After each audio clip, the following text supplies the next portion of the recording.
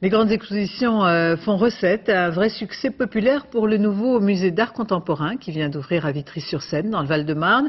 Déjà 13 000 visiteurs pour le premier week-end portes ouvertes. On y vient souvent en famille. Pour certains, c'est un premier regard, une découverte du musée. Isabelle Béchler, Nathalie Gallet.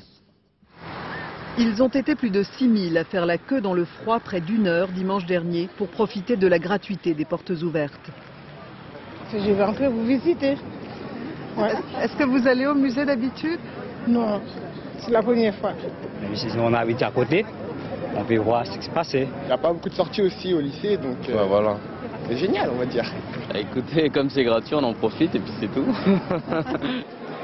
Curiosité, constance, patience, les visiteurs venaient de la banlieue sud et au-delà pour découvrir l'art contemporain venu à leur rencontre au Macval de Vitry.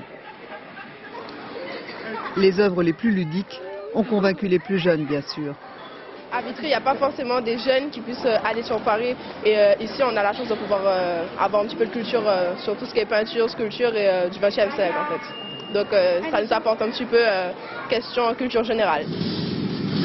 La collection du Macval propose des œuvres créées pour faire réfléchir également, comme cette double chaise électrique.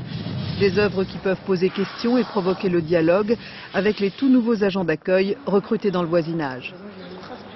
Moi j'aime beaucoup travailler avec le public, donc j'aime beaucoup le contact, donc je suis très heureuse d'être ici. Un éveil au sens, à la réflexion, au dépaysement, que beaucoup ont expérimenté en famille.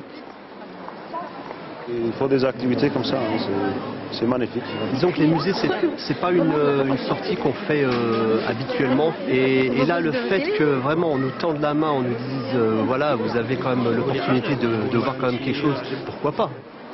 Le musée à lui tout seul ne sera peut-être pas l'antidote au malaise des banlieues, mais c'est une offre de plus pour lutter contre le désœuvrement des uns et le désespoir des autres.